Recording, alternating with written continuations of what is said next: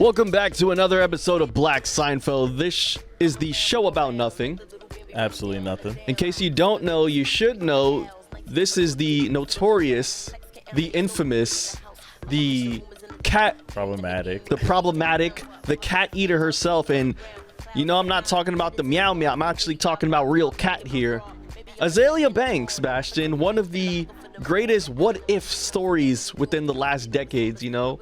What if Azealia Banks didn't go off the deep end? What if Azealia Banks didn't just talk about everyone under the sun? What if Azealia Banks wasn't hating?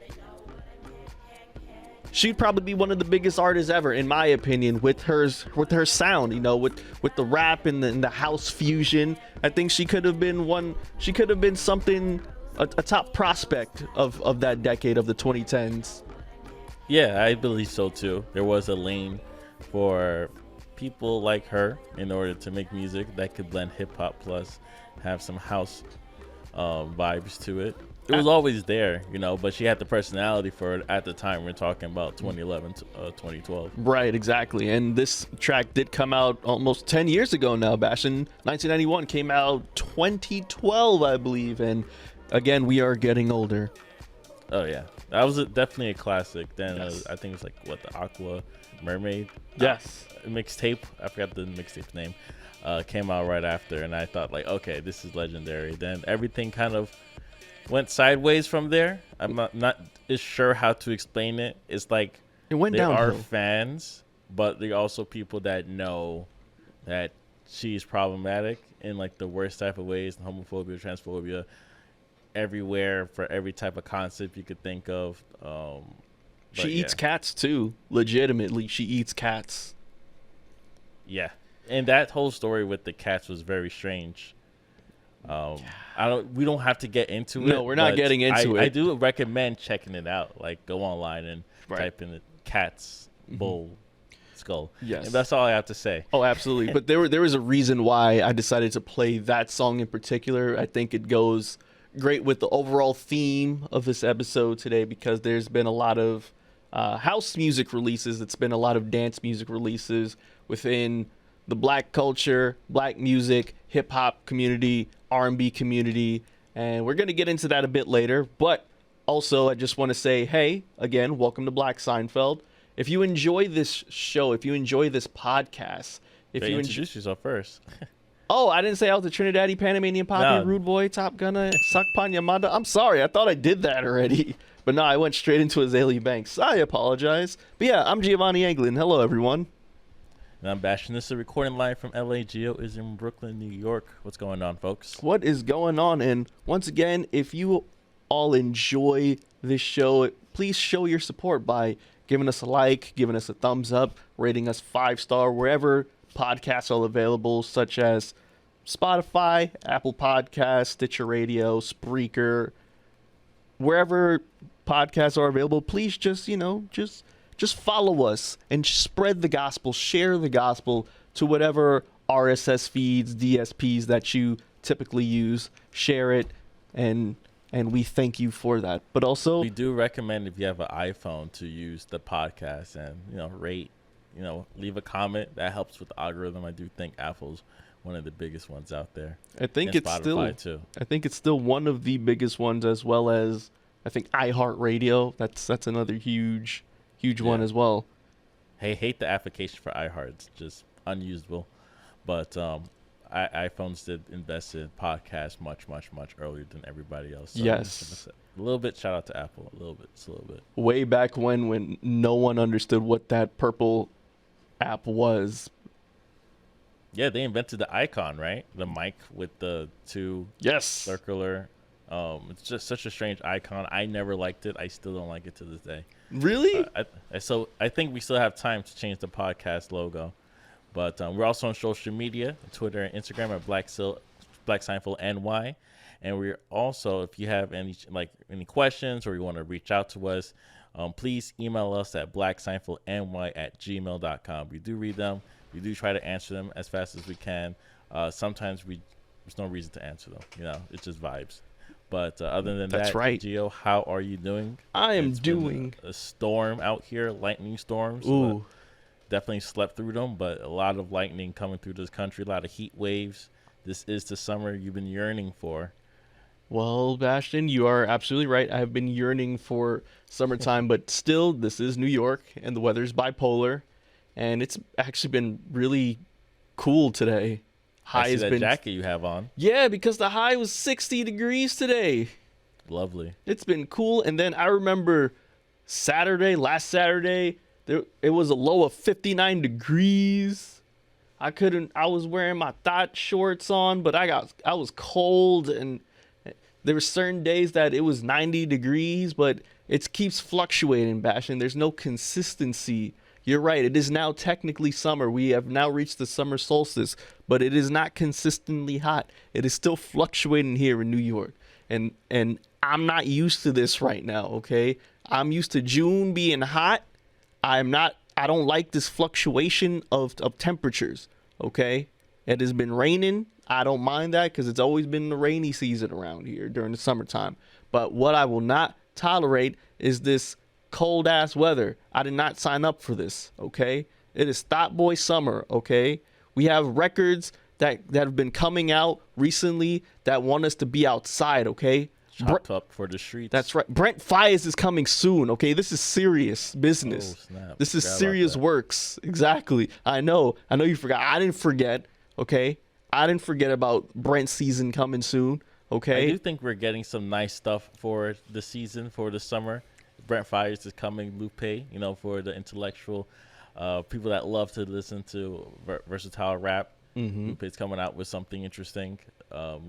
Kendrick Lamar is still, in our ears going on. And, later today we're going to get into pretty much what's going on, pretty much what references the track that Gio has played to start the show. And it has been such a big discussion. But before we get there, I do want to talk about Uber and going back in time. Yes. To a time where in New York City, if you needed to travel from, let's say, maybe like downtown Brooklyn, or I could say maybe from Chinatown, across the bridge, right?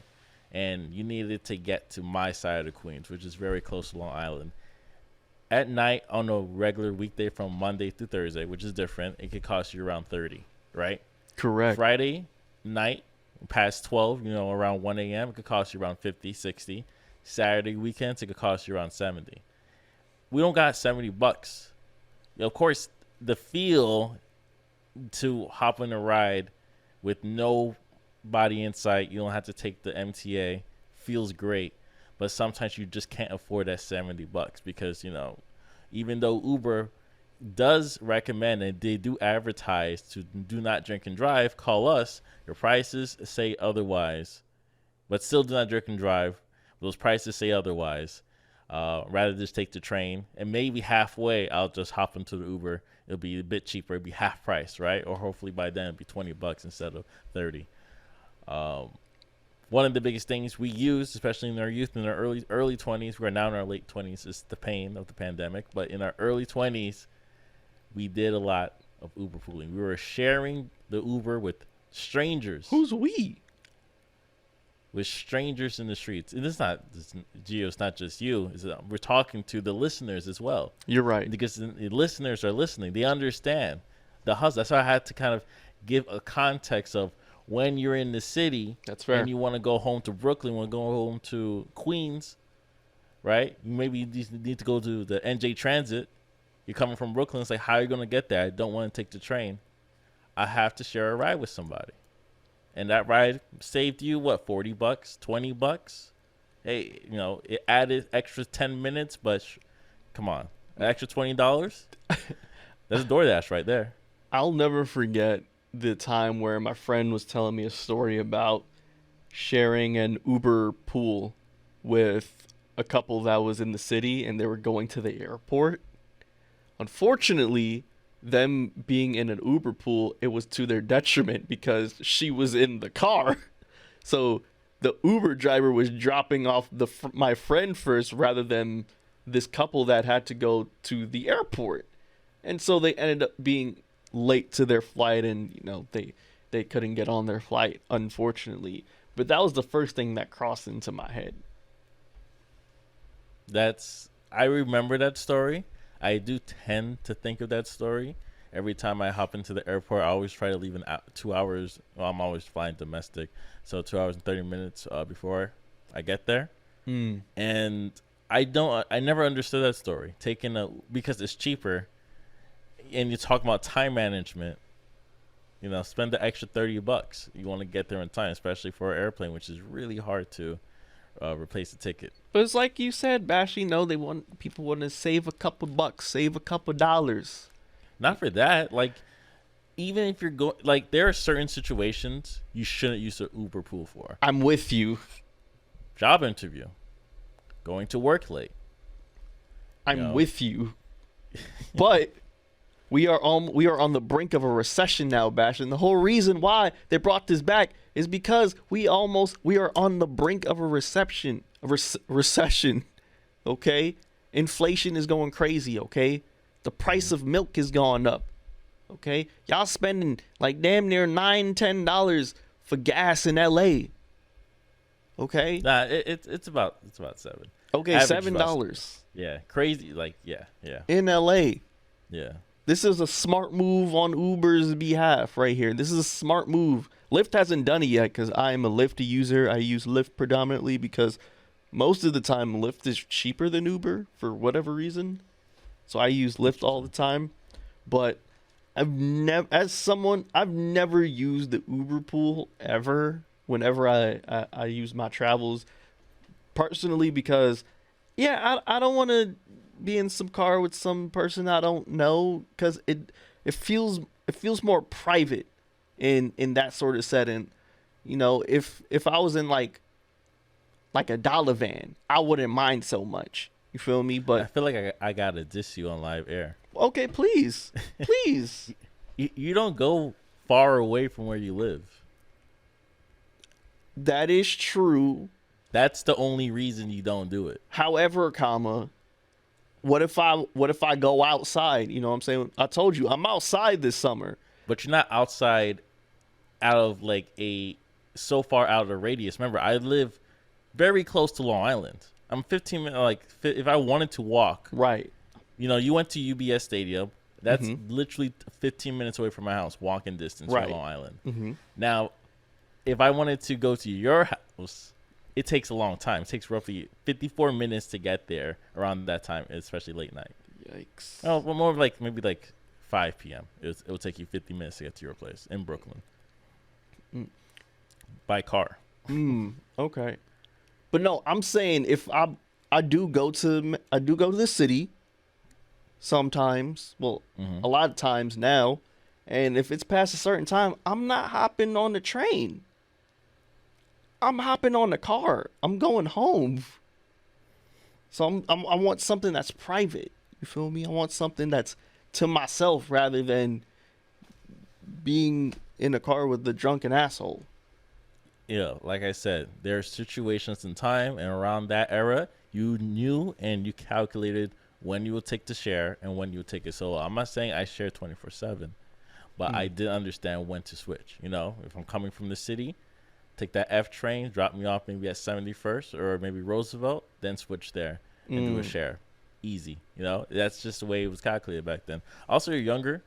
You don't really care compared to when you're older. You're just trying to get home because you're wasting so much time traveling compared to like the hours you work in a day. That's why people want to work at home. Removes that 1 hour and 30 minutes of travel time. You just be chefing up, getting ready for dinner at 7. So, yeah, that's a good point too. Yeah. But you see where I'm coming from, though. Yeah, I understand completely where you're coming from, and I think that's why Uber brought it back.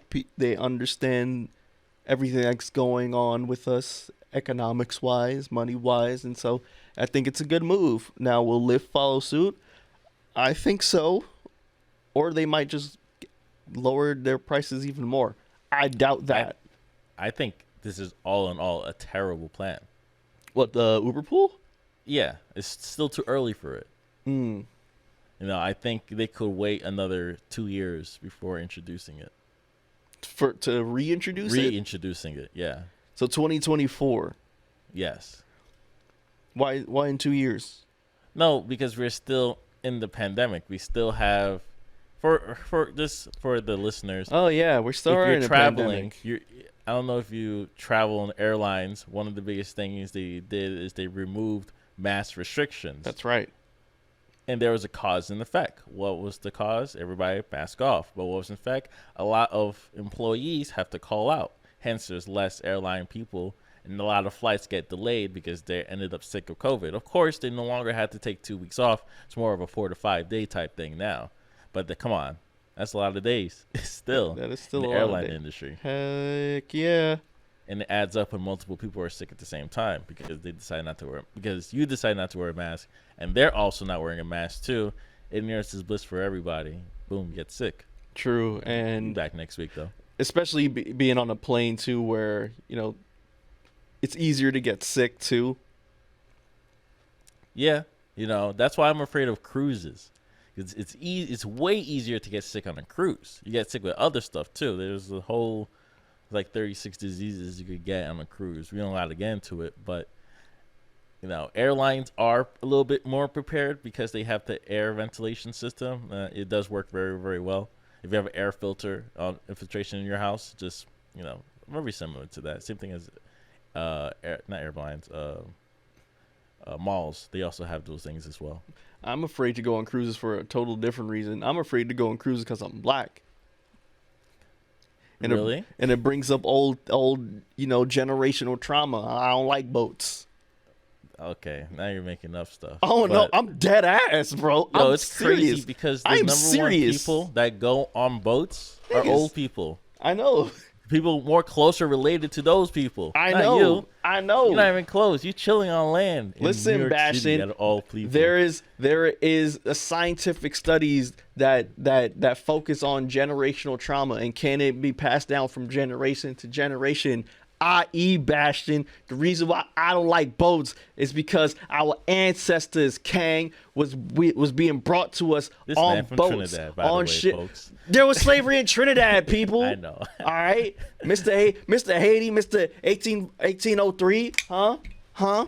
Yeah, exactly. Don't do that. All right. Never forgot where you came from. In fact, you know what? Since we on this topic, Bashtin, Mr. Haitian, Mr. Haiti, Top Zoe, what did you do for Juneteenth? Huh? Juneteenth was this past week. What did you do? Huh? Juneteenth, I went to an all-black store for books, and I didn't buy anything. That was my... See? You see? Yeah, Juneteenth sale, though. Shout out to y'all. It Did was you- always black. Like, when you go inside, you get to see a picture of Elijah Muhammad right next to Malcolm X and Martin Luther King. I was like, this place is too black for me. I'm out. But were they giving 3/5 the price off? yeah, I heard that joke too, Gio. Anyways, It's a good joke. It's I didn't do anything for that. Of course Like I you said, didn't. I still know what Juneteenth really is. It's more of a recent thing. It's more for me in my adulthood thing. I've heard about Juneteenth. Because he's No, I from was like Queens, June 15th. people. No, They didn't because celebrate I'm that stuff. I'm from New York City. We don't celebrate it like that. See, Unless here you you have go again with family down south. See, here you go again with I'm Caribbean. I'm not black, Gio. I'm Haitian. I don't like You're mad macaroni Caribbean. and cheese. You're more Caribbean than me. It's not about me, Bash. This is about you. I'm making fun of you, Bashin. Okay? Listen. This is how I share that I miss you, okay? Making fun of you, okay? That's how I show my love as a black man, okay? Because as black men, we don't show other black men love like that. So we make fun of them, okay? I'm going to move on. Talk about Uber share. Yeah. But I wanted to transition to what Bashin being bougie? Oh, okay. No. I'm not driving that much. No, I mean, bougie by, you're finally getting accustomed now to the West Coast lifestyle. You know what I'm saying? But Bashtin people has finally started making fun of the East Coast because he said our seafood is trash and the West Coast is superior. That's a fact. And I always said that before when I went to the West Coast. It's a fact. That's just the way it is, sadly. Unless you go to those expensive restaurants in Manhattan, that's legit. But come on. You're going to go to a crab shop in the middle of Jamaica? Come on, it's embarrassing. So apparently Bashtin has been enlightening me to the newest craze of a lot of crab shack shops opening up, and I didn't know about this. People, has any of y'all been to a recent crab shack? If so, please go to blackseinfeldny@gmail.com. Let us know your experience. Tell us where you were, how the food was.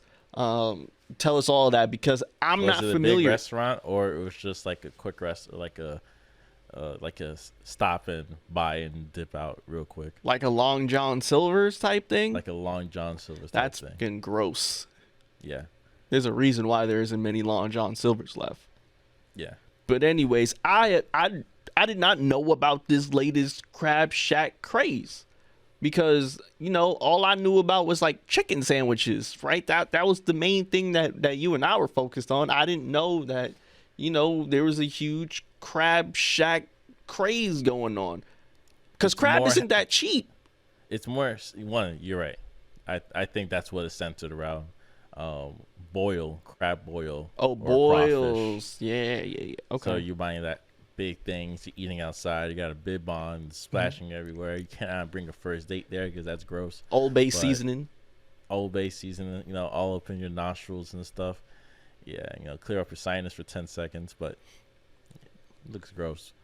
Not too crazy about it. But it's been slowly popping up, because I've been noticing in the area, especially in my area of Queens. It's like, why is this open? Do people really buy boiled crabs to eat?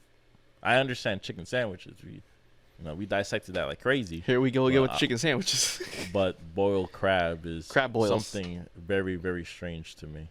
Well, that's a southern delicacy, right? That's based down over in Louisiana. The crab boil, the crawfish boil, all that stuff. You got your crawfish, your crab, shrimps, andouille sausage, corn, all that, potatoes, all that butter, all that unhealthy, because that's just the way you're gonna cook it.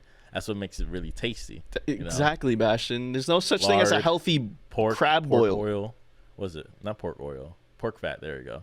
Yeah, there's no such thing as a healthy seafood boil, Bashtin. And that's what's killing us. Shut up. Nah, I'm sick of this guy, okay? Because this is the same man that's like, oh, I want McDonald's to bring back the pig fat fries and all that. But now all of a sudden, I this is heard what's the theory. killing. I heard it was great. I want to try it. But yeah, see, that's what's killing us, Bashtin. The pig fat It's not is killing out. us. That's why it's not. First of all, the new fries are worse than fries back then. So still double killing us, and the price is still expensive. McDonald's is not cheap, bro. I don't know why people eat that. But at least the crab, the seafood boil is fresher than McDonald's. Fresh? What do you mean? Everything's farm raised. Call that fresh? Listen, Bashtin. I'm sorry to destroy your theory. I'm letting you know. Seafood in the East Coast, and I'm from the East Coast, I understand, is mid. I seen Food Inc. Bashtin. Okay, you don't have to. All right. What do you want to say about Joe Biden? Okay, since this is also a little bit politics podcast, radio show, Joe Biden, Gio's favorite president of all time, introduced was going to introduce a gas tax holiday. And, quote, he said, today I'm calling on Congress to suspend the federal gas tax for the next 90 days through the busy summer session, busy travel season. Just in case you didn't know, for the drivers out there, every time you get gas, let's say the gas is $3.50, depending on your state, there is a percentage of that gas that goes to gas tax. And most states, the money goes to fixing potholes, rebuilding deteriorating roads and bridges, and just public transportation and infrastructure. Of course, we don't visibly see it, but that's what the money is quote unquote for. So in New York City, apparently, and then as I was doing research on it, they actually did stop it for the rest of the year. So they started in July. They started June 1st, and they're going to pretty much shut it down. It's suspended for the next 6 months. So just to give you like how much it costs, it was like roughly 29 cents per gallon on the tax. So that's pretty much like, if it adds up pretty quickly. And in California, they actually raised it because they normally are set to raise the gas tax because they do want people to transition to electric. Right now it's roughly 53 cents per gallon. That's why it's so high. Jeez. So if you see it's like $7 in a normal state, it could probably be like $6.20 or something. But that's why they're just trying to get their profit, because the profit margins for these gas stations are so low. They're trying to kind of eat on top of it. So if the market value is $5 and they put the state tax of 50 cents on top of it, it's $5.50, and you're trying to get your profit on top of it, add another dollar, boom, $6.50. And that's how gas prices go up. So it's not Joe Biden's fault, people. That's what Bashtin is trying to tell you. It's not his Joe fault not doing anything. It's right. It's about like, it. I see there's a drought, and I do have the tools to find the water on the bottom in order to fix the drought. But I'd rather just send you bottles. Not even bottles. I'm not going to send you bottles. I'm going to send you plastic bags of water. Yeah. Listen, you ever have plastic bag of water? I have, and I was going to say I actually prefer the plastic bag of water. Plastic bag of water is disgusting because it is you don't not. know how they save it. They put it in a box, a cardboard box, or they could put it in a bag, and it's dirty already. So you're not going to use water to clean the plastic bag to drink the water out of it, are you? Why you just ruin the plastic bag water, man? I'm here to help you. I'm here to educate you. I'm not going to allow you to, go to a foreign country and then you're dehydrated because you realize the water salt content's way too high in the plastic bag. So Bashtin gonna come out a new show. Bashtin ruins everything. Shout out to Adam Conover. I'm a big fan of his stuff. I do respect his show and his idea, but I'm just being truthful with my truths. And I do find suspending I don't know how I feel about suspending the gas tax. Like I said, it's before building infrastructure, and that's something we lack in this country, even though Biden was supposed to pass a $1.8 trillion, et cetera, et cetera. We all heard it before. Yes. Still never passed anything, by the way. Yeah, politics is hilarious when it comes to these type of things. I'm telling you, man, that man got 2 more years. Well, I'm sorry, 1.5 more year, technically. Just saying. Don't say I didn't warn you. And hey, we're voting for Kamala Harris next term, right? She's not running. We don't know that. She's the wait, can the vice president run? Yeah, of course. Like if Joe doesn't decide to run for a second term, which I doubt, which he shouldn't. But he wants to. Did you see how he fell down the bike the other day?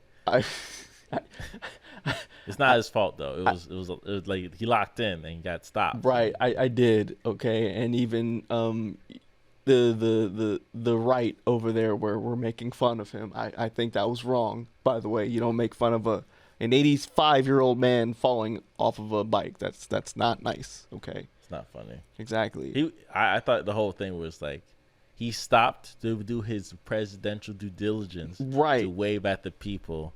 And he kind of slip up. But yeah. Then, Obama would never. You would just keep on riding. Oh, of course not. Absolutely not. My man was stoic out here in these streets, okay?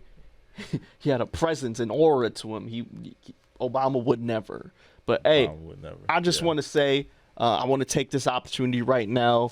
It is June 23rd, 2022 to say, hey, all right, don't get mad at Black Seinfeld if that man come back in as president, okay? It's not Black Seinfeld's fault. Black Seinfeld lives in blue states, okay? It is not based on the blue states. It's based on the battle states, okay? So it's based on your Michigans. It's based on your Pennsylvanias, your Floridas, your Georgias, your Nevadas, your Arizonas, things like that. Your Ohios, all right? Don't blame us. It's not our fault, baby. So, hey, if you get back into power, don't blame me. Don't blame G. Don't blame B. That's it. Thank you. Bet.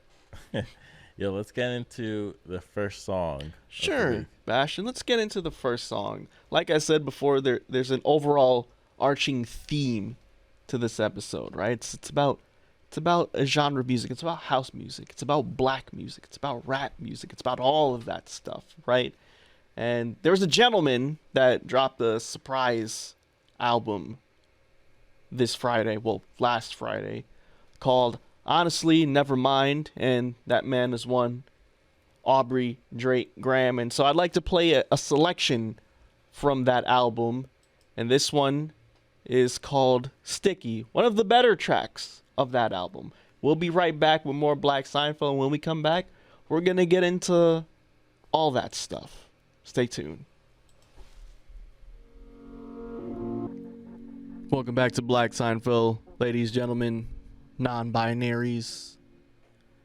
That was Drake with Sticky off of his latest surprise album, Honestly Nevermind. And folks, let's just rewind the clock back to Friday. Well, no, actually, let's rewind the clock back to Thursday, right? June 16th, Tupac's birthday. Like 12 hours after we finished recording. 12 hours after we finished recording, right? I'm home, I'm chilling, and I'm looking forward to a very long weekend, people, because I asked for a Friday off, then we have the Saturday, the Sunday, and then now that Juneteenth is a federal holiday, I got the 20th off, being Juneteenth reserved, and then I have the Tuesday off. So I had a nice long weekend, and I was looking forward to new music coming out, specifically from one man. And that man was Joey Badass. Okay? Joey Badass was supposed to drop his latest album June 17th, and it was supposed to be the follow-up from, you know, one of his beloved tapes ever, 1999. He was supposed to come out with the follow-up called 2000, right? And so I'm excited for it because we haven't heard a Joey project, a solo Joey project at that, for the past 5 years. Okay, the last one was All American Badass that came out around the first week in April, and I remember it well because I remember the same day that Joey dropped, Kendrick Lamar was supposed to drop Damn, but he did not do it. He waited a week later so Joey can eat off that album. I remember that clear as day. Then I'm on Twitter, as I normally do, because I am a Twitter guy, I'm a Twitter fellow. And I follow Joey Badass, and I saw this tweet from Joey, and he said, and I quote, "Man, I got some terrible news. My album won't be coming out tonight due to sample clearance issues. Right now, it's unclear how long I have to postpone it, but my hope is no more than 2 weeks. I wanted to have a new date before I told you guys, but it is out of my control." And that hurt my soul. That broke my heart, Bashtin. I'm not going to lie, because we are very much Joey Badass fans. And we were looking forward to this album because Joey is a talented rapper. He's a talented guy. Okay, it's Beast Coastra Nostra over here. All right. And Joey's been very busy. You know, the Mother Lover won a damn Oscar. Okay, from his father now too. Oh, really? Yeah. Damn, I didn't know that. He's been dropping Lucy's and 2-packs for the past 2 years. And so I was waiting, hoping for a final project that he can bestow upon us because he's now a busy man, and I get that, all right? All of a sudden, couple more hours go by, Bashtin, and all of a sudden we get word that Drake is dropping an album Friday that night. And I was shocked. And I hit up Bashtin immediately. I'm like, "Yo, Bashtin, this is real. Drake is dropping an album tonight." And he said the title was Honestly Nevermind. And whenever an artist such as a caliber of Drake, a huge artist at that, just says, "Hey, I'm gonna drop an album tonight," no warning, no nothing, what do the audience do? We start to speculate. We start to speculate immediately, because following up that tweet, Drake dropped the track list for Honestly Nevermind, and the first thing we noticed was how many tracks there were. There was only 14 tracks, which is something that has been, which is something noteworthy here, because if you don't know the discography of Drake hasn't dropped a project that length since 2015, people, okay? Which was, ironically enough, the other surprise project he dropped out of nowhere early that January of 2015, which was, if you're reading this is too late, a project which still to this day is one of Drake's best projects, and it has aged gracefully like a fine wine. Okay, it's one of his best albums. Well, it's a mixtape, but whatever the hell that means, because we still have to. Anyways, I'm not even getting into that. It is one of Drake's best projects. Before you continue, remember his last album came out 9 months ago. So yes. For as a listener in the hip hop sphere, you're not really expecting an artist like his caliber to drop a project anytime soon. Maybe next year. I was expecting like maybe next year he'll drop another album. Right. And so I was speculating on why Drake would drop now. And I remember telling Bashtin, I was like, hey, I remember when Certified Lover Boy came out. This was one of those. This was the Drake album where, the criticism was a lot more than normal.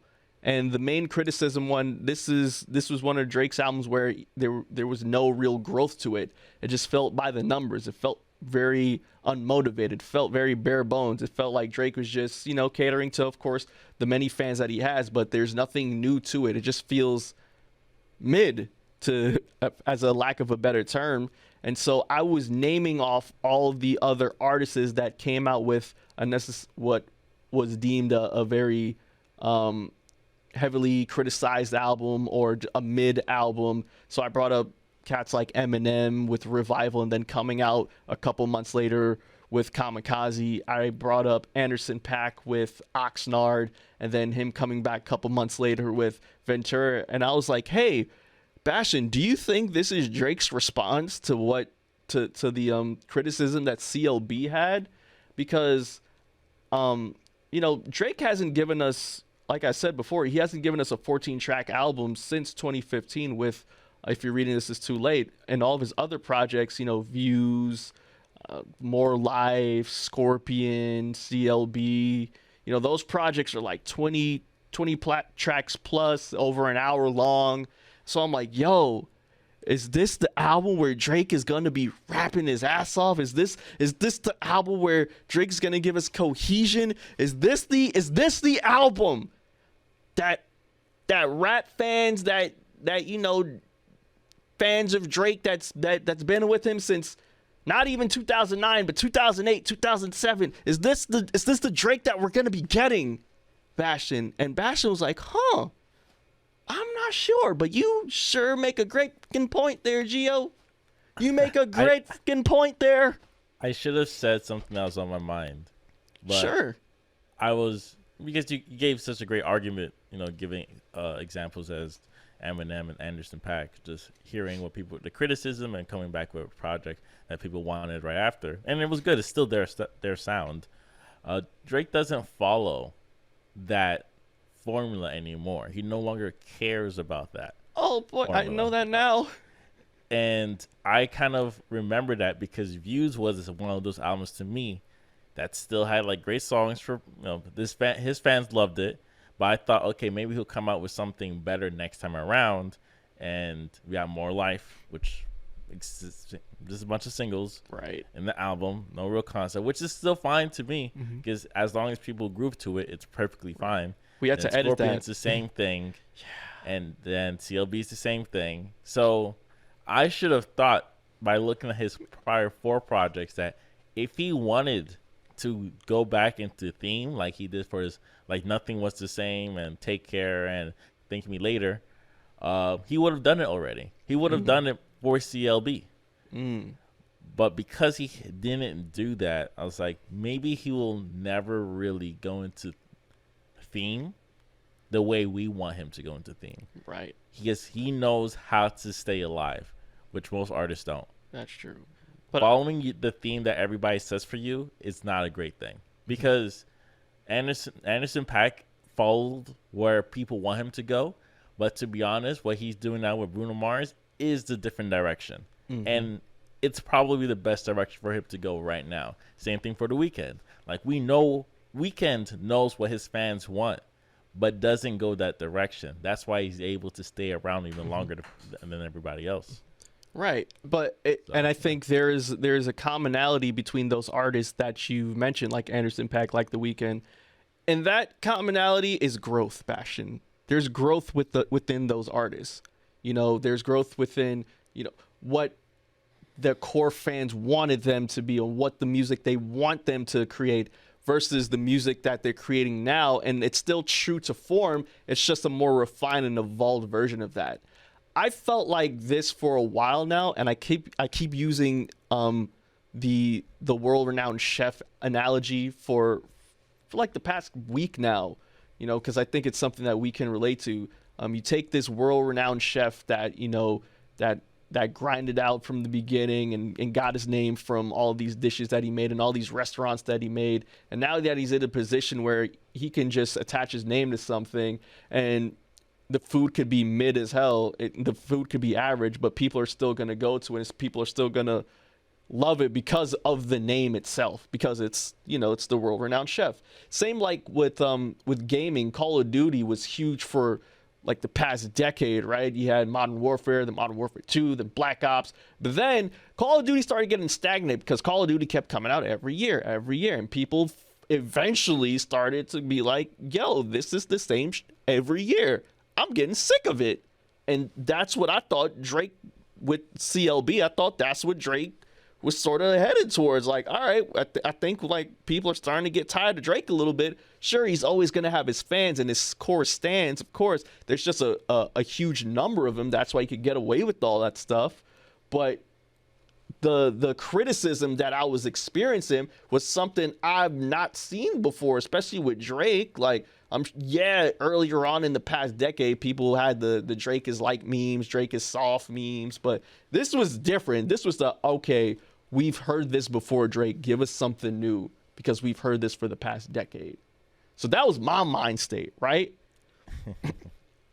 And I think for conversation's sake, it's like this is what we want all artists to do. We do want artists to evolve. We do want artists to change eventually, because we love listening to music, and we eventually have to review it. And it's not fun reviewing the same project 3 times in a row. And then we're just like, oh, new album? I think I know how it's going to sound. You listen to it. It doesn't sound good. My expectations were here, and they're worse than it. I'm out. Right. And let's jump into the project. Okay, let's get into it. You hit me up. You said that you're off the next day, that the following day. Yes. So you're able to listen to it at night, because I'm like I said, I'm on West Coast time. Sometimes I send Gio a message. For me, it's like 9, and over there is 12, and he's not lights out. Right. And he don't answer until it's like 6 a.m. my time, which was perfectly cool. So you did listen to the album 1 a.m. And for me, the album's like, it's at 10 for me. Right. 11. It's 11 a.m. for me. So I'm like washing the dishes, and I got my Fitz, Dr. Dre Fitz earbuds. Right. Which is kind of broken right now, but still fine. And that's when I'm listening to it, and Gio's also listening to it simultaneously at the same time. And we don't talk about it, but I do see what he likes on the timeline. Oh yeah. And I was able to kind of assume his perspective before it came out. But Gio, this is your week. Yes. Please talk about my your initial first reaction. listen. Yeah, Okay. Yeah, let's get into Great. initial reaction before we deep dive in. Great. So I want to preface by saying Bashtin is completely correct. Because I was off, though, right? My body did go to sleep, because it's used to going to sleep around 10 o'clock my time. So I woke up at 1 o'clock, and I was like, oh shoot, this Drake album's out, right? So I'm still a bit discombobulated. I'm still a bit f***ed up, right? And so I'm like, oh shoot, the Drake album's out. So no lie, this is what I did, right? Because I was so hyped for this album. I got the laptop out, and I go and I get the headphones that you bought me for my birthday. I get those good headphones, right? I put those on. I'm like, oh snap, let's go, Drake. Drake about to give us some bars. I can't wait, right? I hit the intro track, right? And I'm like, oh, okay, nigga got a saxophone. Oh, you got Kenny G on this intro? Oh my God, Drake is the king of intros. All right, Drake is about to give us some like introspective bars. I can't wait because remember that intro was only like 20 seconds long, right? And it goes straight into the next track, right? So I'm like, all right, this is the build up. What Drake got for me, right? I go into the next track and I'm like, wait a minute. What the f- is this?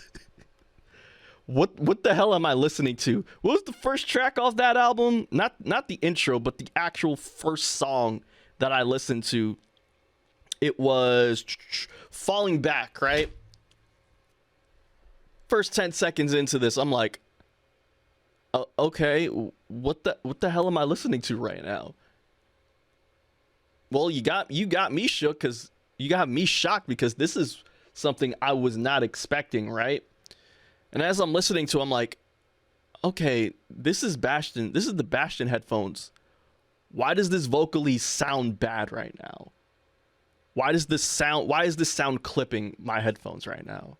Hold on, is something wrong with these headphones? Hold on, let me take this off and let me just use the speakers because the speakers are actually really good, right? So I'm listening to on the speakers. I'm like, does it sound like that? And so I play a separate track, not even from the album, just to make sure it's not me, right? I'm like, okay, no, this is not me. I'm playing The Weeknd right now. This sounds great. All right, let's go back to Falling Back. Why does this sound like this? What's up with these vocals? Why does it? Okay, all right. Next track, Text Go Green. Same thing. Why does Drake sound like he's underwater right now? Forget the house thing. What the Drake? You're Drake. If you have access to everything right now, you have access to everything, okay? Great mixing, great artists, great writers, okay? You have access to all of this. Why does this album sound so right now? And so, no lie, I get into Currents, right? And that was the squeaky one. That was the one with the SpongeBob boots. So I said, you know what? I stopped the record immediately. I'm like, you know what? I'm not doing this right now. I hit up Bashtin immediately. I'm like, yo, Bashtin, are you listening to this? And I said, you know what? I'm gonna go to sleep because I don't know what I'm listening to right now. Maybe it's me, right? This isn't what I'm listening to right now. This can't be me. Maybe. You know, this maybe it might be me, Bashtin. Maybe this can't be the record. This can't be Drake right now. He's not serious right now. Maybe it's me. You know what? My body's used to going to sleep at this time because it knows that I have work in the morning, but it doesn't know that I'm not working in the morning. So you know what, Bashtin, I'm gonna go to sleep, and when I wake up, I expect a different album to what I just heard. Bashtin, what was your first initial thoughts when you listened to the Drake album that night? Because I didn't listen to it in full. Interesting. So I did listen to it in full. And it's not a long project compared to others. It's 52 minutes, 14 tracks. As you was saying before, it's been a while since we've seen like a 14-track album. So I knew I would be able to listen to the whole thing during my first listen. So I'm doing multiple stuff in the household because it's late night and I'm cleaning before I go to sleep, and I'm listening to the whole project. And starting from the first track where Gio says there was probably his ears weren't in tune to the vocals that he was giving, especially with the beat production, but I didn't mind it. I liked the first track. I was like, all right, this is what he's going to give us. He's going to give us some singing, and then he's going to give us some rap. I like that balance. I don't want a full rap album from him. I want a little bit of both, and I think that's what is the perfect dish for him as an artist. So next song, like I'm listening to it, and because it's the first listen, for me, I'm just expecting the unexpected, and I wasn't getting what I was in my mind. Oh, okay, next song is gonna kill it with like a great beat or something. Oh, okay. I get it. Another song. So I think I was halfway through the album when I realized what he wanted to do. Right. So, I pushed through it. I no longer don't want to listen to it, but I'm not going to stop. It's like I don't care for it right now. I Okay. think it's more of a mood thing. Right. Because usually around this time, I'm listening to some rock music. I'm going to some old classics what I deem as like, I'm a boring person. I listen to OK Computer all the time at Radiohead. That's how I go to sleep sometimes. So it's like, all right, let me push through it. And then in the morning, I'm going to play it with some speakers because I know it usually sounds different. Right. So I pushed through it, listened to the last track. Last track has 21 Savage in it. I was like, oh, this is hilarious. And now I just finished. I didn't have opinion. I did read the online discourse and their opinion, and we could get into that real quick. Yeah, the first initial reactions, the initial reactions were, what the f- am I listening to? What am I listening to? This isn't what I wanted for the summer. Right. And I didn't expect a whole house album from Drake. Right. And not like I'm not going to pretend like I understand house. Okay. But I'm not going to pretend like I know the history either. Like I know Detroit house is one thing, then New Orleans bounce is another thing, and also you got UK electric pop over there. Yeah. Well, it originated in Chicago. House music. Yeah. That's why if you rap undergrounds, it was after the disco era. That's why they rap a little bit faster. That's why their beats are a little bit faster. Correct. That's why DJs, when they're playing records, they play a little bit faster because their BPM is much higher. Yes. So I know little bits and pieces of everything. And, when I used to listen to a lot more music back in 2013, I listened to constant playhouses of electric music, house music, and all those type of stuff. So I know, like, what flavors are out there. Right. But it doesn't mean I'm a connoisseur. So I'm not going to pretend like we are. I'm not going to pretend like I am. Like, I'm not a painter, right? I'm more of a photographer. So I will comment on this photo. Like, oh, I love I love what they did in post. I could tell this is like 90% post.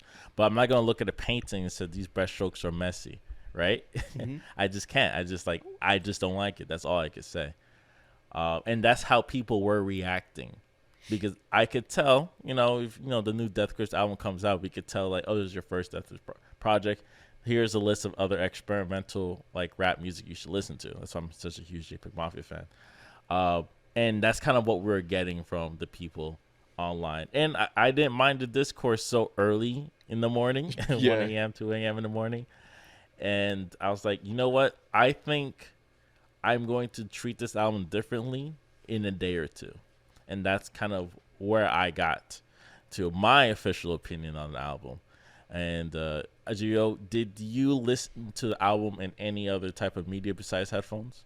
Oh yeah, I listened to it in various different settings because I get where he's coming from with this album. I 100% get it. Okay. It clicks eventually. Let me get to that point. Okay. Okay. Got you. So I listened to it I listened to it Friday morning. I listened to it on the speakers, on my headphone speakers. I had to come here to work on a Saturday, so I listened to it on the good speakers that we got here at the radio. I remember going out with my friend Shakespeare that Friday, and so I heard some of the album outside in a social gathering, in a social setting, because, that's what the album's supposed to be. And I listened to them on my little AirPod, whatever. I listened to it everywhere. I listened to it I listened to it up till today because we had to talk about this damn album. And I can honestly say, Bashtin, I understand this album. I understand what Drake was going for. Okay? This is an album that's supposed to have us dancing. Okay? It's supposed to have us enjoying life, wherein life isn't the greatest at the moment. We're starting to see that sort of resurgence where with a lot of party music, happy music, dance music. It's sort of like what it brings me back to. It brings me back to the late 2000s into the 2010s, where it was a lot of EDM.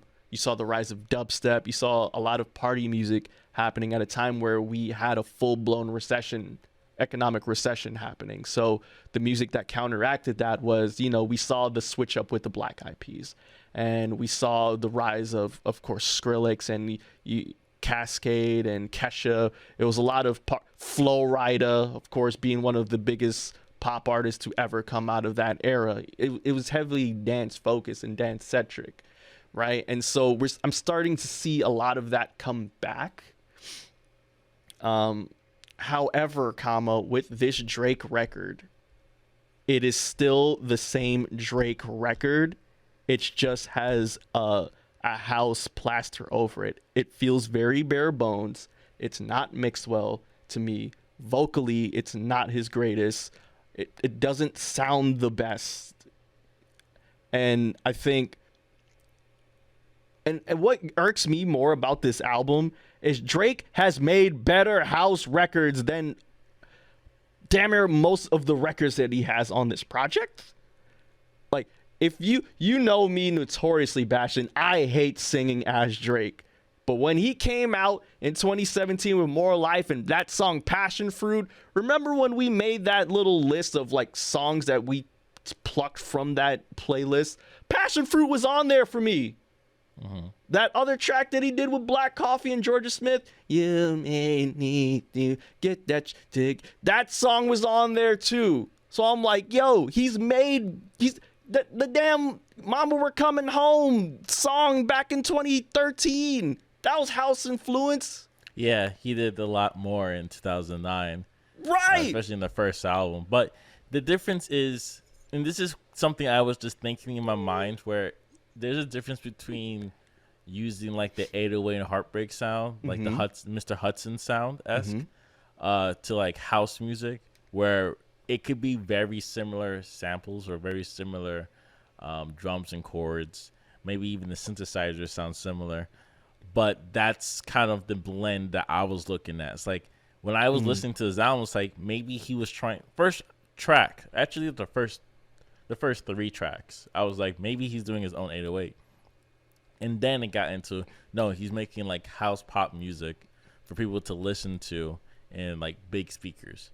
So just to kind of explain how I was listening to it, I feel like I can only listen to this album with high volume, like big overhead headphones, or with speakers. My laptop speakers are pretty good, surprisingly. And then I have my TV speakers, which are Samsung, and they sound amazing with music. So I'm listening to the album through those speakers as well. And I'm actually going home to New York, and I actually have my real speakers out there. So I can probably listen to the album with those, like, genuine RK are great speakers. Anyways, I don't mind this album. I actually do like the first half more than the second half. Really? And it gets, like from track 1 all the way to Massive, that's kind of where I was like, this is it. This is the perfect EP for like those tunes. Okay. Everything out of there, you could even remove the 21 Savage track because it's not necessary. He kind of did like the tasteful, like Bound 2 type thing. It's like, I can make music if I want to, but for this album, I refuse to. Right? That's kind of the energy he went with the Jimmy Cooks. Okay. So the first half of the album, I actually have notes here that I wrote. Like the first track, Falling Back, is a nice upbeat dance house tune. And even the lyrics is pretty interesting. As you said, it's still Drake, but it's still like in a more toxic than he normally is. Maybe it's the same amount. It's the same Drake. It's the same amount, right? It's the same dude. So it's like finding myself and showing myself. Now this is the kind of the thesis of the album, is pretty much relationships. This man's 35 years old. He's been in a bunch of relationships with short-term, long-term. And they kind of enter the next track, which is Text Go Green, right? Which is AKA block numbers.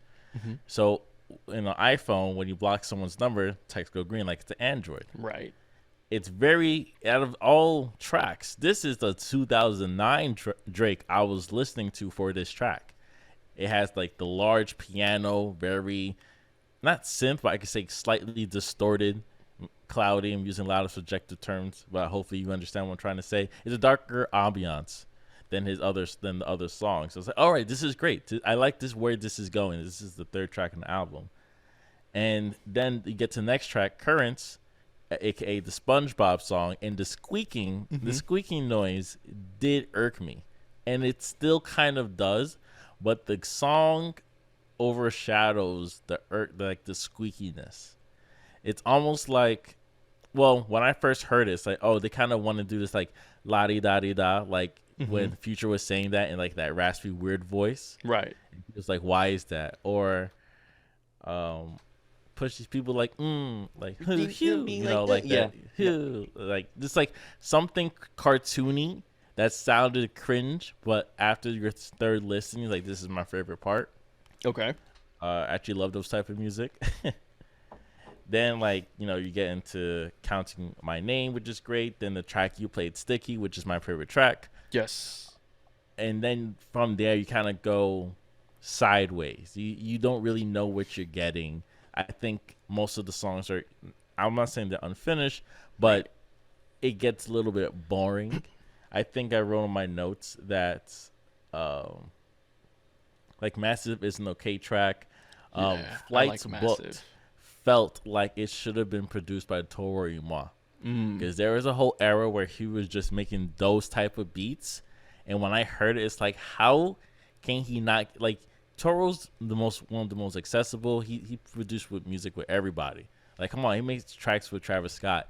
You can find Toro Ima and say, hey, Toro, you want to make a song with Drake? He said, of course. He can make it in 10 seconds, right? He did it with Kenny Beats in the lab in his little YouTube show. They made a whole song in like 10 minutes. It's crazy how he did it. It's like, all right, so Toro is ready. I think if Drake really, really cared, he would have like hit the people up that already mastered that part of the game and now doing whatever they want. Like, of course, he could do one song with Kaytranado if he wants to, one song with Toro, and then he could work with these other new producers that we could get into in a second. This was executive produced by Black Coffee, by the way. Okay, this album. Interesting. Yeah. So you have a lot of like producers, like Coffee. It's kind of hard to read these tracks. You got Gordo, a lot of Gordo tracks. I think that was the person that put it on Twitter, saying he produced a lot of tracks on this album. But I don't know. You have all these producers. You do get like one Noah beat for Downhill. But you have all this money for these producers, and this is kind of what you get. You know, I do remember recently Denzel Curry complaining about that. He's like, you have all this money. You could have like the best sound. Right. There's people out there that could get you what you have in your mind and put it on paper. Right. But yeah. And I think that's what annoyed me most about this album, is what Denzel Curry said. You have all the resources in the world, and still, to me, it feels you so. Still ask 40 to make beats for you. It's just still feels so bare bones to me. And what mind boggled me the most is like, you've made these records before, but you've done them so much better. I'm not saying I'm saying this also.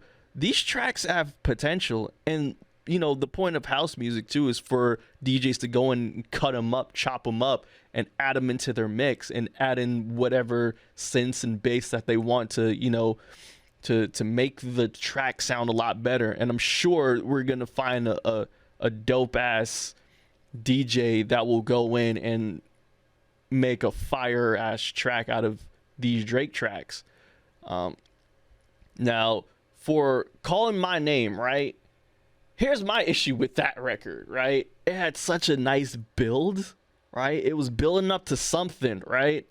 And then out of nowhere, that build just stops. And we go straight into, yep, see, it's calling my name. And not to say like that part is bad, but it's sort of like getting two good things that should not go together, right? It's like, hey, I enjoy pizza. Oh, damn. One moment, people. Oh, snap. Apologies right now, ladies and gentlemen. We have an internet issue right now. It might be me. It might be Bashtin. I am not sure yet. Once again, Bashtin, it's okay. We're back. Hold on. Let me just get this really quick. Okay. We're back. And we're back. Okay, great. Was that me?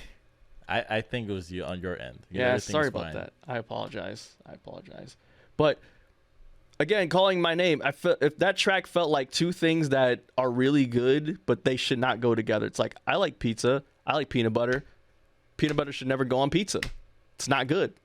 And just to quickly jump on something, without dissing like the new producers that helped out on this album, not dissing them whatsoever. And as you said, I do think these songs will probably grow even more during the summer. Like, we will like them. It's kind of like the old theory I had in Beyonce early days before the album Beyonce. Right. Like, most of her songs sound good the 50th listen. Like, this is the best song ever.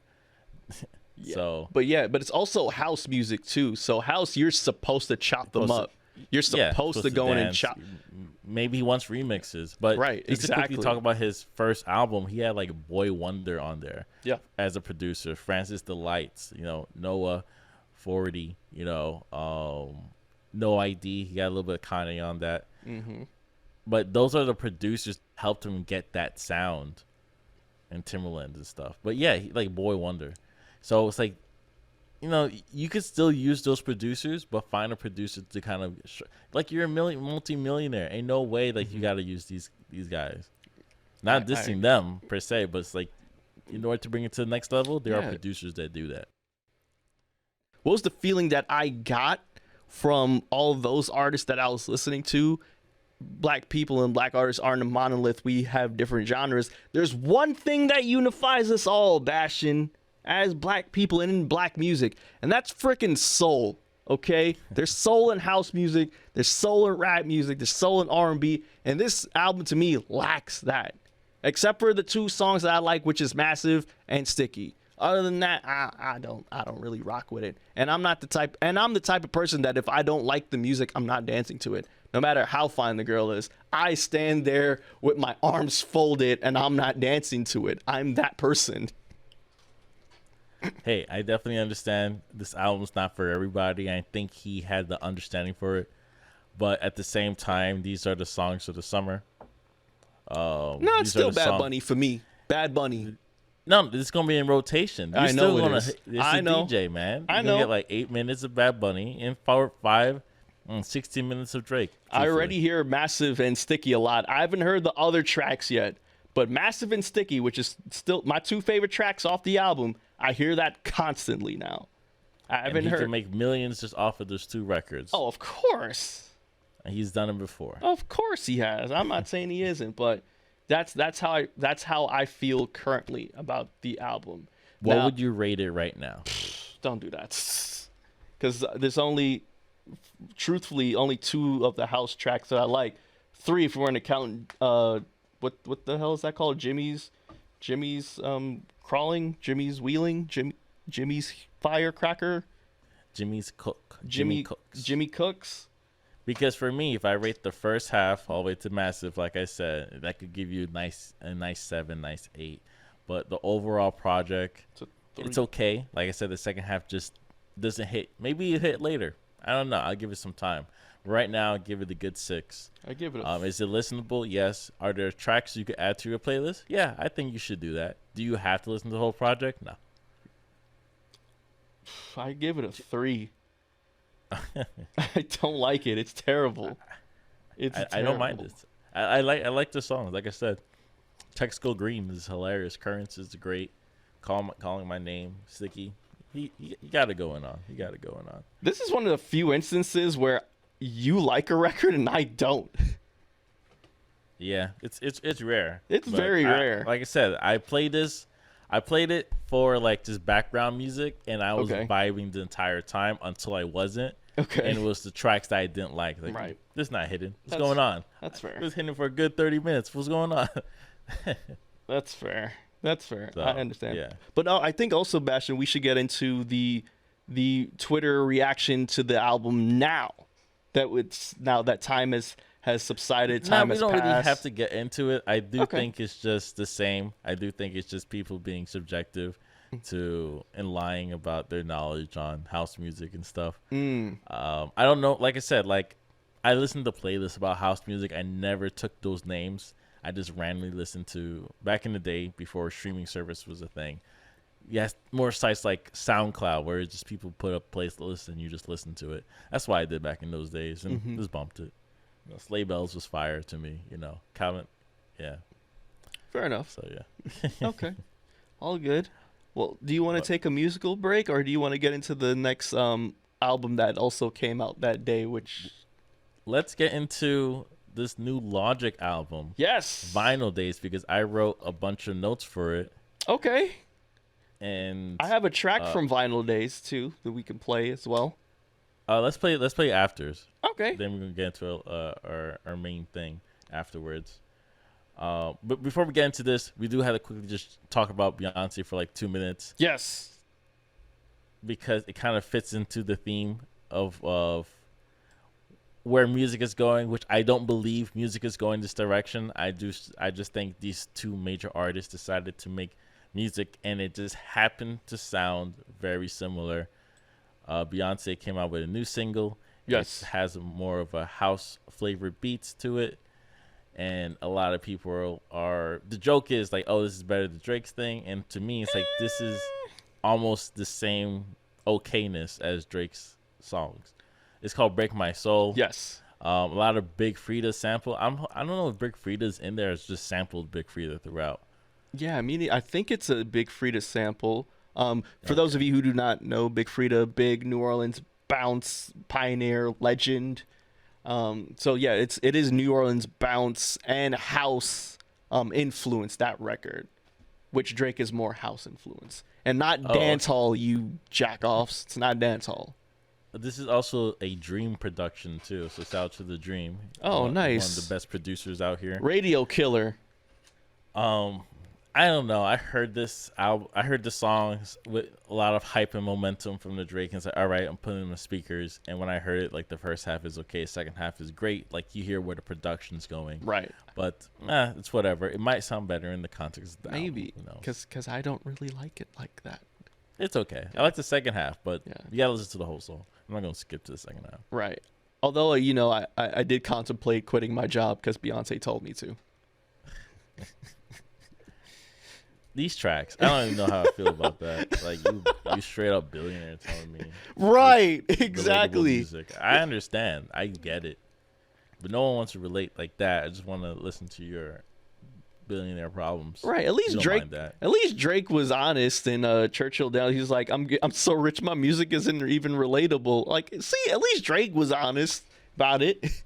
Yeah, what Drake is honest about is personal relationship with people. True. And people will always try to find a comparison between his life and your life, even though you're just not in the same tax bracket.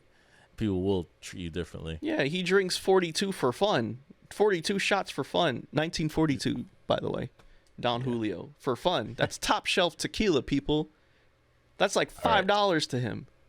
Okay. Let's get into this Logic album. I wrote a lot of notes to it. Okay, we could talk about it. I definitely don't want to take too long into it. Bashtin, it's okay. We can always talk about the other thing next week. It's fine. I want you to talk about this album, trust me, because I don't know, maybe it can be something we might have different opinions on this album. I'm not sure. So this is like his 13th album, yes, right? Like streaming service wise, I look at his stuff, it's like I see 13. This is like his 13th album. It's the longest album. It's an hour and 11 minutes, 30 tracks. But don't be afraid of the number 30. Most of it is just small skits in between, yes, which could be between 30 to a minute and a half. Right. And the idea of that is this is mostly a heavily Logic produced album. And I spoke about Logic many times in this show. We have to, because we've listened to his whole discography. We've broken down the whole Logic, his rise to hip hop until, he started breaking into pop music, and then his whole retirement. We actually talked about it back in 2020 when he retired. Go back and listen to that episode. And we talked about him actually retiring and how No Pressure track. Right. And we didn't really care that he retired. And then we actually didn't talk about Logic coming back. Yeah.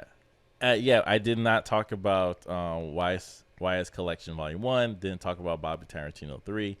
because just didn't care. But Vinyl Days seemed a little bit more interesting because he said he's mostly focused on sampling.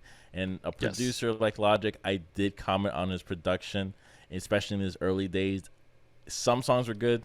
Some songs I didn't really care about. Didn't really like some of his styles. I didn't like how he was sampled already popular samples in his music. He still did it better than DJ Khaled. Yeah. I Absolutely. was not a fan of how he's doing it because I know he's much smarter than that. I know like he's pretty much part of the craft and he does care about making records. That's why he has so many records. And this Vinyl Days does prove it. It does prove that he could sample however he wants to.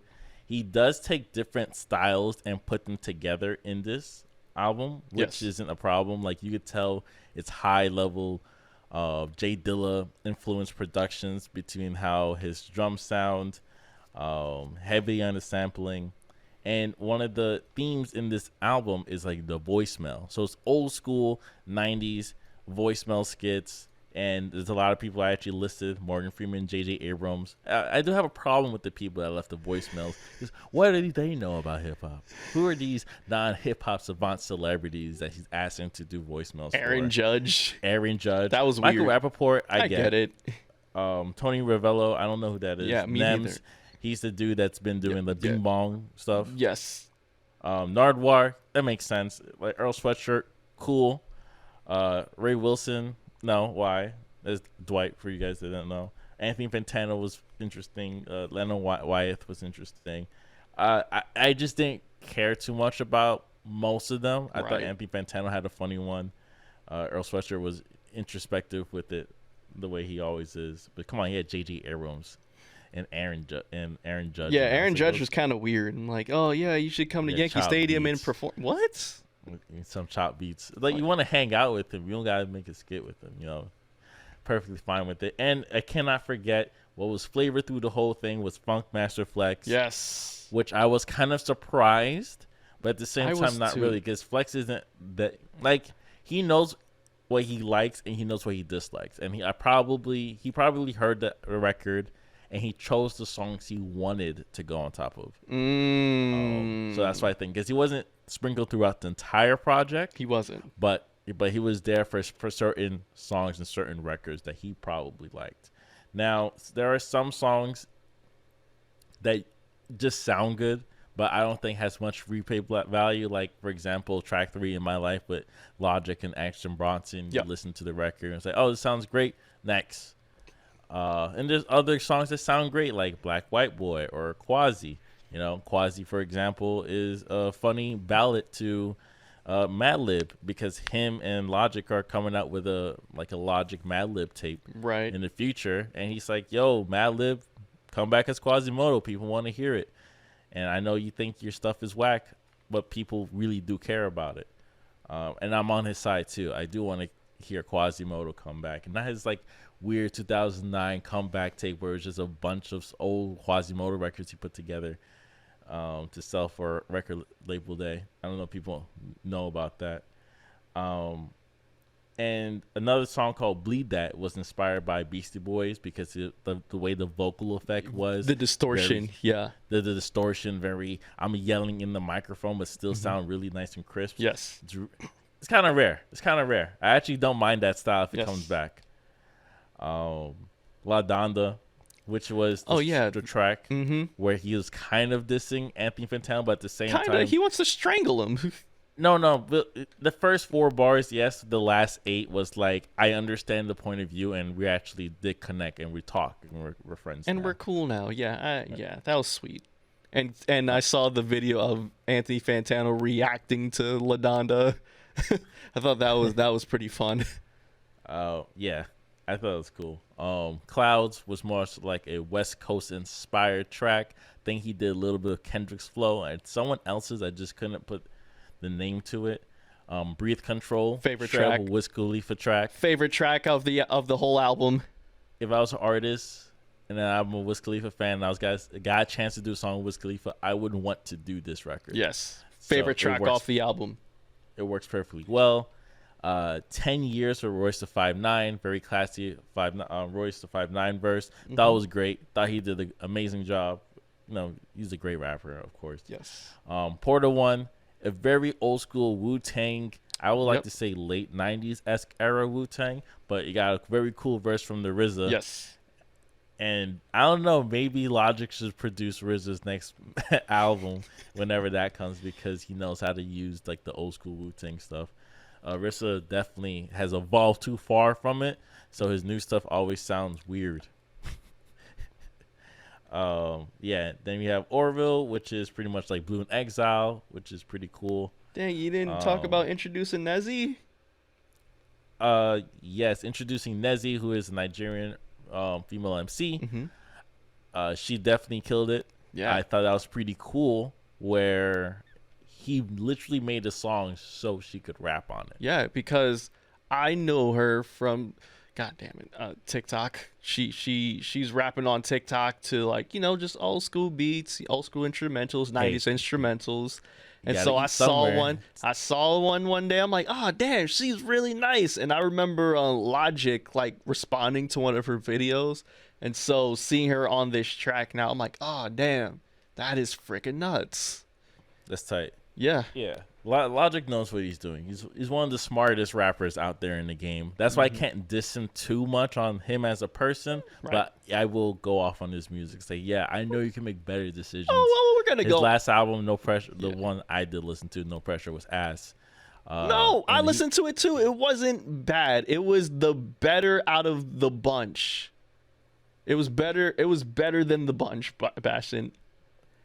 Anyways, it was better. And then he ended with Vinyl Days was DJ premiere track. Yes. Then he had The Game on the next track. Then of course Sayonara, 10-minute, definitely like a Kanye West last call, but kind of the opposite of Last Call, because it's more like him leaving. Yes. So that's the Sayonara. big theme. That's the big theme off this album too, Bashtin, that I feel like you skated over a bit. We have to get into the Logic themes here of this album. First, I wanted to talk about the energy of the album. Oh, please. Which is yes. the samples. Good. Yes. No, that's pretty much what it is. The samples and the perspective he's going. I'm not saying that he's not, it's still his personality rapping. Right. But it's not him on the beats. It's the forefathers, the people that he recognized as the best producers in the game. That's what he brought to this album. Yes. And then his energy and his verses, I'm the best in the game. I'm leaving this record label. Def Jam is cool, yada, yada. But that's kind of my perspective on this album. I heard it like maybe 6 times already. Mm-hmm. Couple tracks, of course, I go back and forth on. But yeah, it's a very interesting album.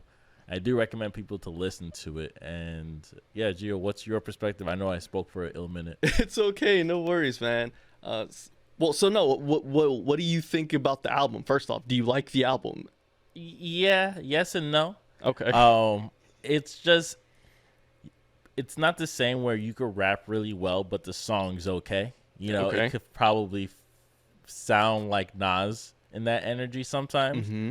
The beat's cool. The rapping is great. Thank you. Some songs are a great song. Like, yeah, I'm going to listen to this all day. But that's kind of how rap is sometimes. Right. Sometimes that's just the way it is. And that's how I felt about most of these tracks. Like, I tell you, like, my favorite tracks are. It's like Breath Control, Bleed It, Quasi, Black Boy, Black White Boy, Vinyl Days. Like, some songs you could tell is greatly produced for replay value. Other songs is just skill. You're just showing off a skill. That's fair. So I'd just like to say with this album, I just want to get into the positives of this album. For one, the sound, the production is insane. We very much so, like in one of the interludes, we get to understand what influences Logic, the rapper, the artist. A lot of that 90s boom bap. You can tell that Logic cares about the art form of hip hop. You understand that, yes, Logic is a rap nerd, a hip hop nerd, just by the beat selections that he had, the crisp sort of, but also a bit gritty, grimy sound that this album evokes. Sort of like you were listening to this on vinyl, sort of like you're listening to this back in the 90s. Oddly enough. And I think that, like Bashtin said, Logic raps very well, right? And Logic in this album, he's rapping very braggadocious. Very braggadocious. He does brag a lot on this album, and I get that. I respect it because, you know, that's what rap is a lot of the time. Logic is talking about the stuff that he did, the millions that he's made for Def Jam, right? Which is this is his last album with Def Jam, and he said multiple times on this damn album that after this album, I'm gonna go independent. Which good for Logic, you know, own your own masters, own that's beautiful. We always stand with the artist in that. However, comma, it's still Logic at the end of the day, and Logic still does Logic on this album. For example, he raps fast. He doesn't really say much on some of these tracks. He you know, he wants that real hip hop to come back. He says that a lot on this damn album. He hated on mumble rap all again. I'm like, really, Logic? Dog, seriously? Still? And I'm just like, you know, it sounds nice, but like, you lyrical, miracle, spiritual in me on some of these records there, Logic. I don't care how fast you say something. I agree. But like it sounds cool, but like you really not saying much, and you just come off as like you still you come off like you have this grudge still that that a lot of people didn't care that you're retired. Because he talked about why he retired. He's like, oh, I retired because it seemed like no one wanted to hear that real hip hop and no one really cared what I had to say, and I felt so inspired. I'm like, bruh, you sound very bitter right now.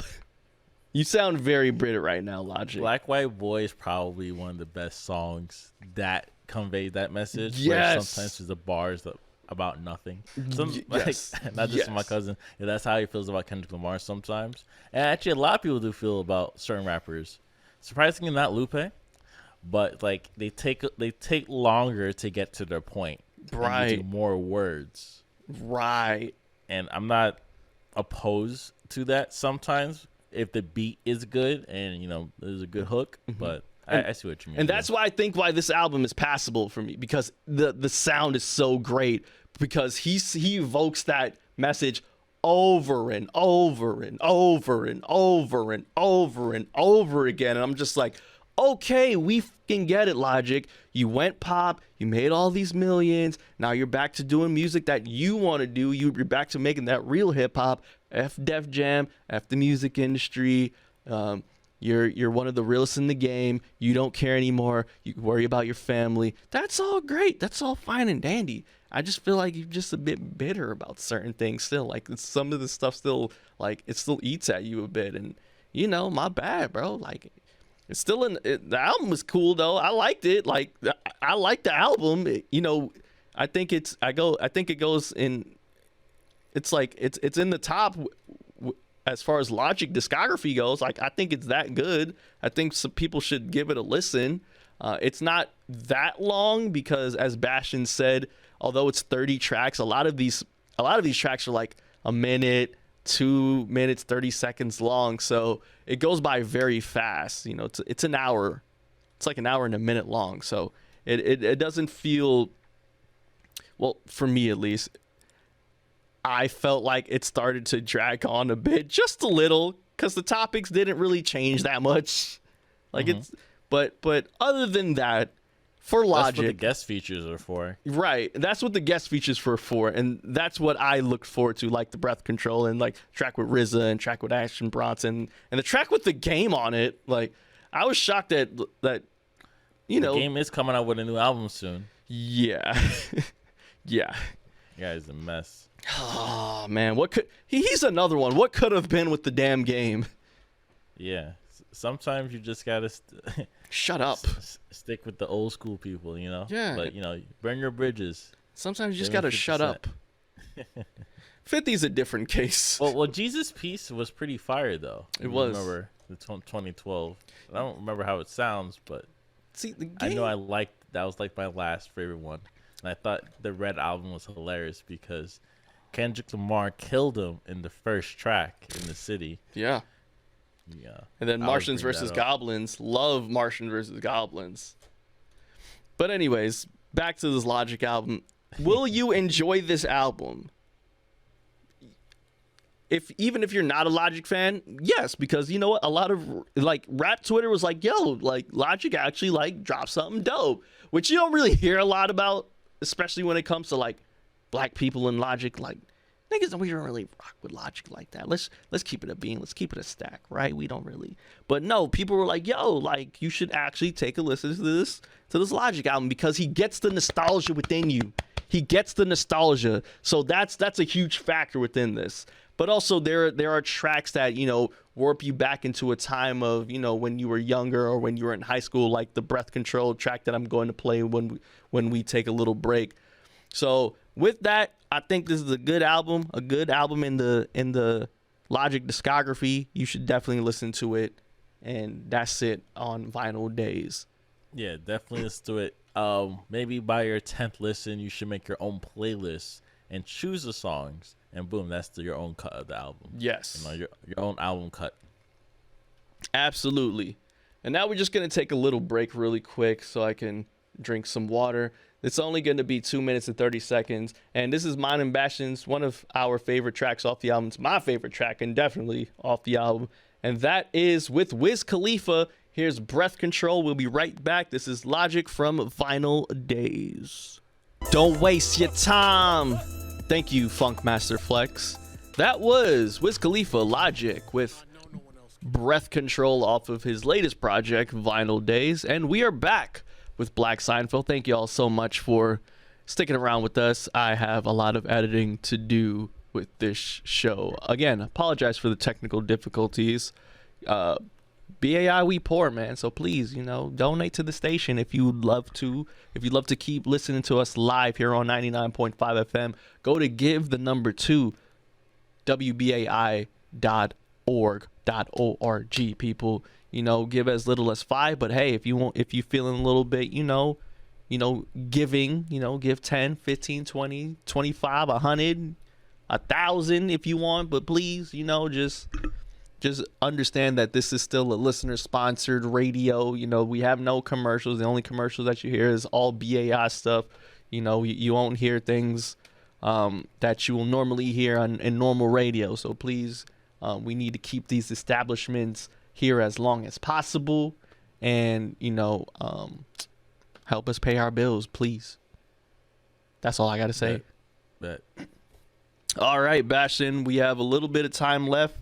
But before we go, we have to acknowledge one of, I think it's fair to say, another NBA dynasty within our midst. This is another dynasty. I mean, it's been a dynasty. No. Now it's really a dynasty. Now it's cemented itself. I could say it's a new version of the same dynasty. No. This is the new dynasty within the NBA because of course you have the Lakers, you have the Celtics, you have the Sixers, that's what you mean? You have the Spurs. You know what I'm saying? Of course, you had in the 90s you had the Bulls, but now you have to put the Golden State Warriors as one of the new NBA dynasties that we've seen, that we are old enough to now see, Bashtin, especially with the core 3 of that team. I would change. I gotta stop you there because the language "new" doesn't frame it correctly because they've been that dynasty.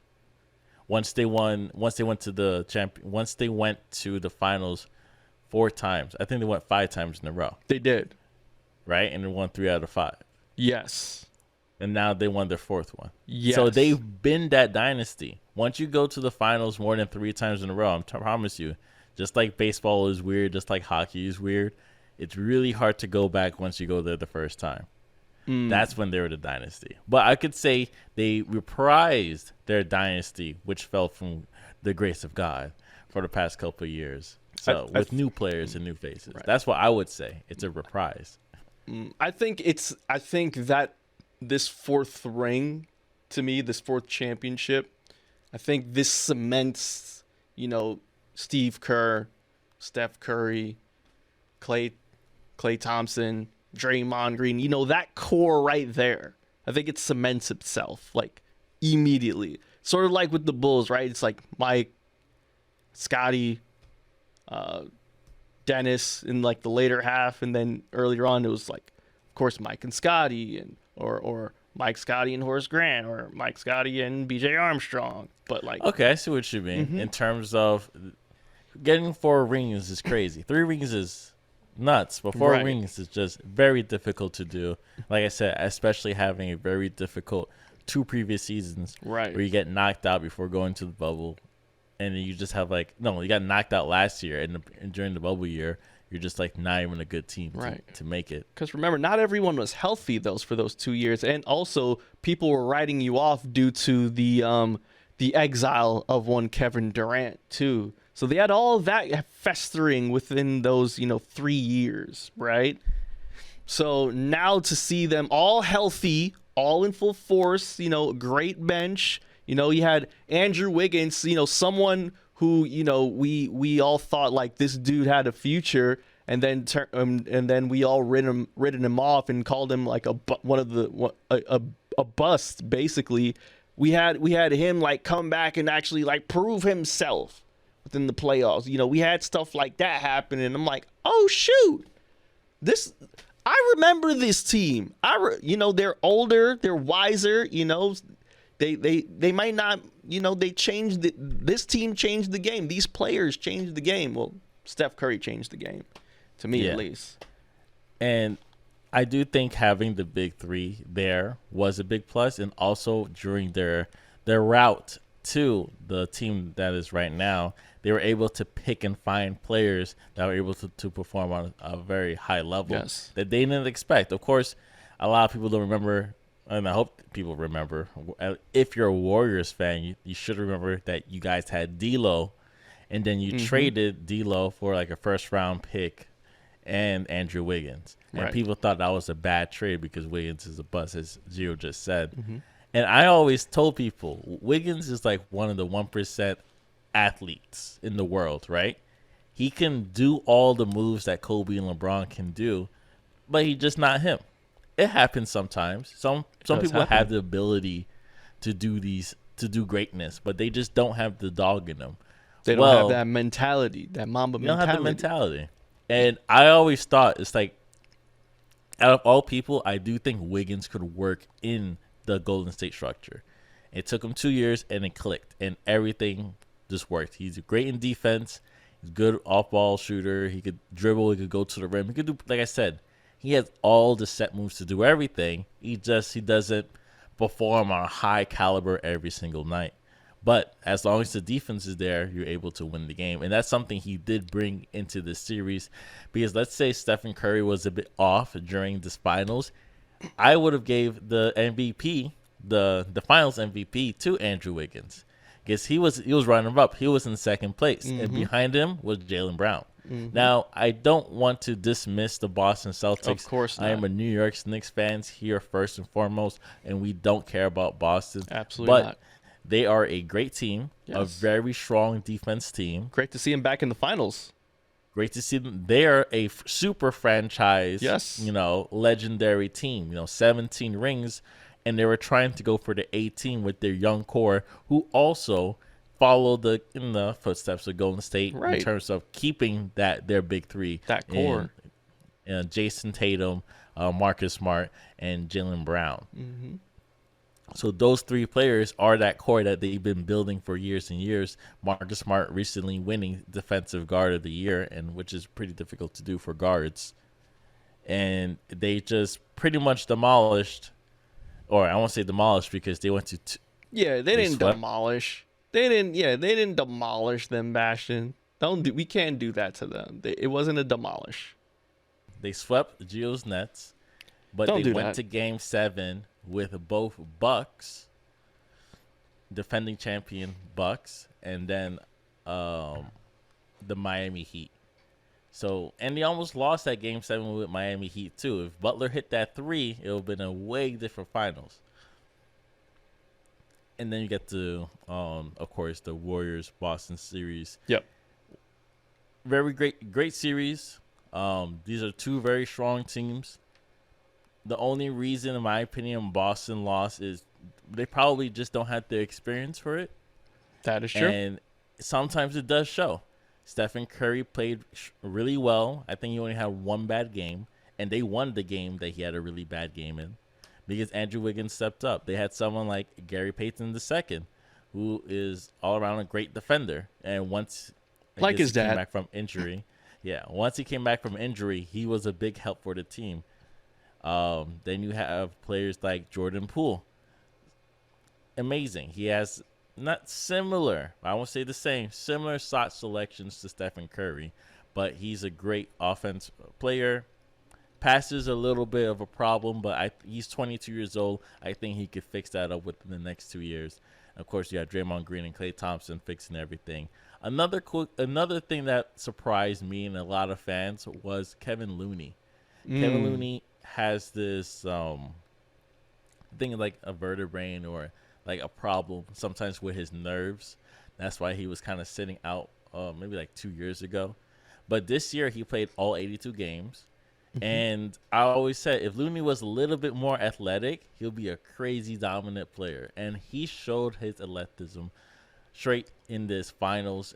Even in the last round, he looked like a different man. He thought it was just he looked like Dennis Rodman out there trying to get those rebounds. And he was scoring too. So it was great to see. And, of course, you have Otto Porter Jr., who also started, I think, a couple of games as well when they're trying to figure it out.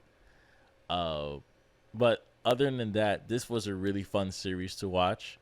I was rooting for Golden State Warriors. Of course, it would be lovely to see Stephen, Klay, and Draymond win a fourth ring, especially with the nonsense going on with Draymond in the new media for sports. Yeah.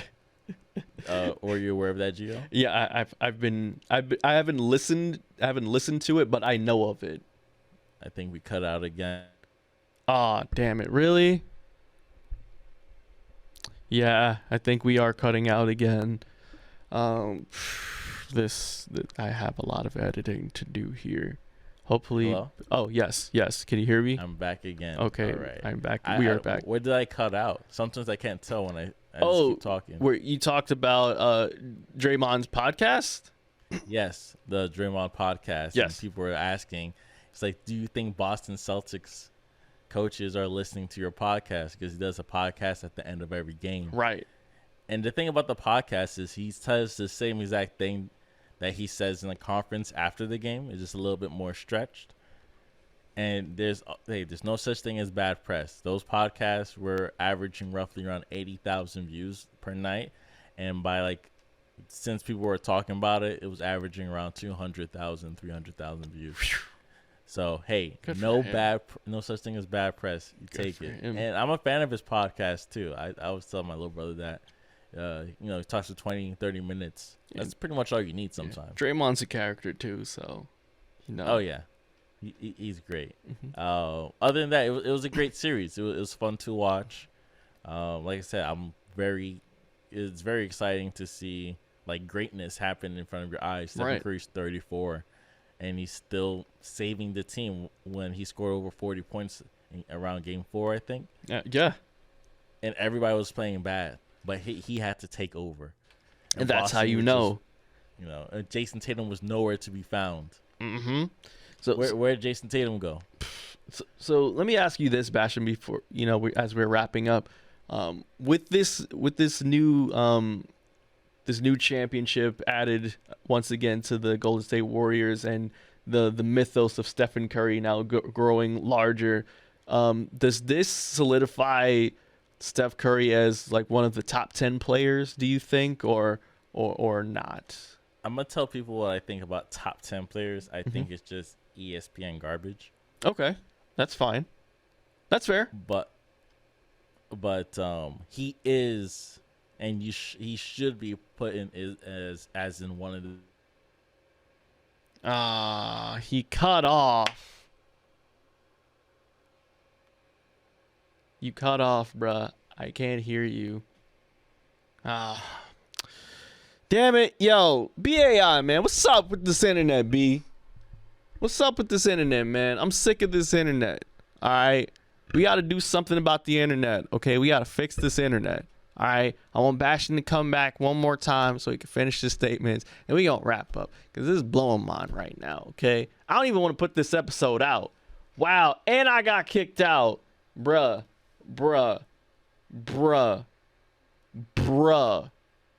Hold up, got 5 minutes left. Oh, let me start this real quick. Do. Thank y'all so much for rocking with us here at Black Seinfeld, the show about nothing. Once again, it's Trinidaddy, Panamanian Poppy, Rude Boy, Top Gunner, Giovanni Anglin. And we're trying to get Bashtin on just to give his closing statements because this internet is wonky. It is not good. And this does not make for a great show. But hey, you know, follow us on all of our socials, please. Black Seinfeld NY, all over on Twitter, Instagram. We don't have Facebook anymore. We're getting rid of Facebook. So we're also available on the YouTubes, Black Seinfeld. Email us, blackseinfeldny@gmail.com.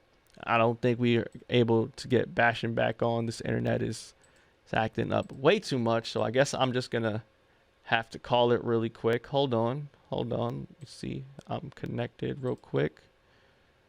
All right. Let me see if I could get him real quick to say goodbye to y'all. Hold up. What time is it? Yeah, I don't think I'm going to be able to. But anyways, we're going to get into the last song. We're going to be playing some K Tronada, You're the One, featuring Sid. Thank y'all so much for tuning in to Black Seinfeld. We'll talk to you again next week. Until then, take care. Peace.